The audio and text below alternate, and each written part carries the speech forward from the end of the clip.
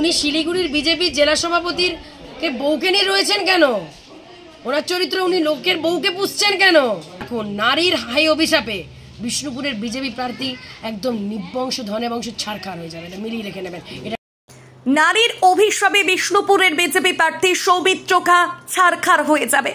শিলিগুড়ির বিজেপি জেলা সভাপতির বউকে পুষছেন সৌমিত্র, তিনি নারীর অপমান করছেন, এমনই কড়া জবাব দিলেন বিষ্ণুপুর লোকসভা তৃণমূল প্রার্থী সুজাতা মণ্ডল। কয়েকদিন ধরেই রাজনৈতিক বাকযুদ্ধ দুই প্রার্থীর মধ্যে। সৌমিত্র খাকে নরকের কিট আর নরাধম বলে মন্তব্য। একটা নরকের কিট উনি, নরাধম।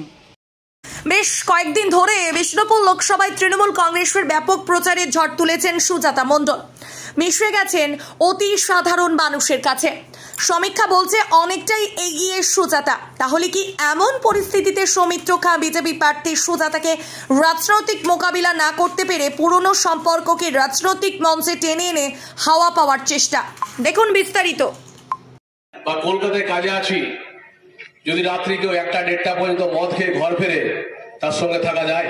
যে ছেলেটা যুব মোর্চার ভারতীয় জনতা পার্টি দায়িত্ব দিয়েছে, দিন রাত রাস্তায় লড়াই করছে, 23 আমিটার রাত্রিবেলায় ঘর ত্যাগ করে তৃণমূল কংগ্রেসে গিয়ে পরে মালা পরে নেব, সেটা কি মেনে নিতে পারবো ভাই?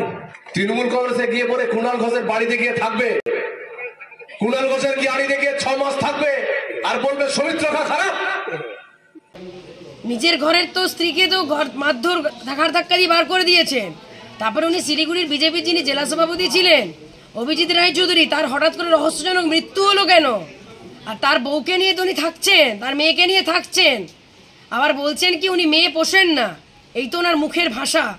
একটা নরকের কিট উনি, নরাধম। আর শুনুন, তৃণমূল কংগ্রেস না মানুষের ভালোবাসায় জয় জয়কার ভাবে জিতবে বিষ্ণুপুর লোকসভায়। সেখানে কারোর সাথে অসভ্যতা করার দরকার পড়বে না। মমতা বন্দ্যোপাধ্যায় নিজের কর্মকাণ্ড উন্নয়নের উপর ভরসা রাখেন। আর মমতাদি নিজে একজন নারী, ঠিক আছে? তিনি বাংলার মহিষাসুর মর্দিনী, তিনি নারীদের সম্মান দিয়ে লক্ষ্মী ভাণ্ডার দিয়েছেন।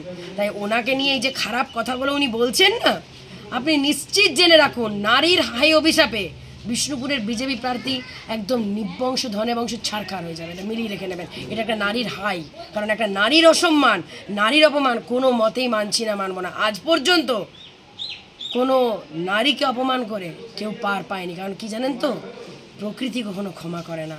তাই বিষ্ণুপুরের বিজেপি প্রার্থীকেও নারীর অভিশাপ ক্ষমা করবে না।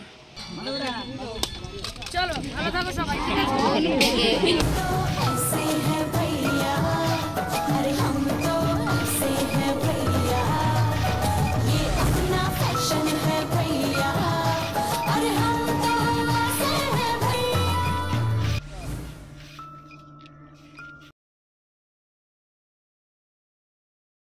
ফেসবুক, ইউটিউব এবং টুইটারে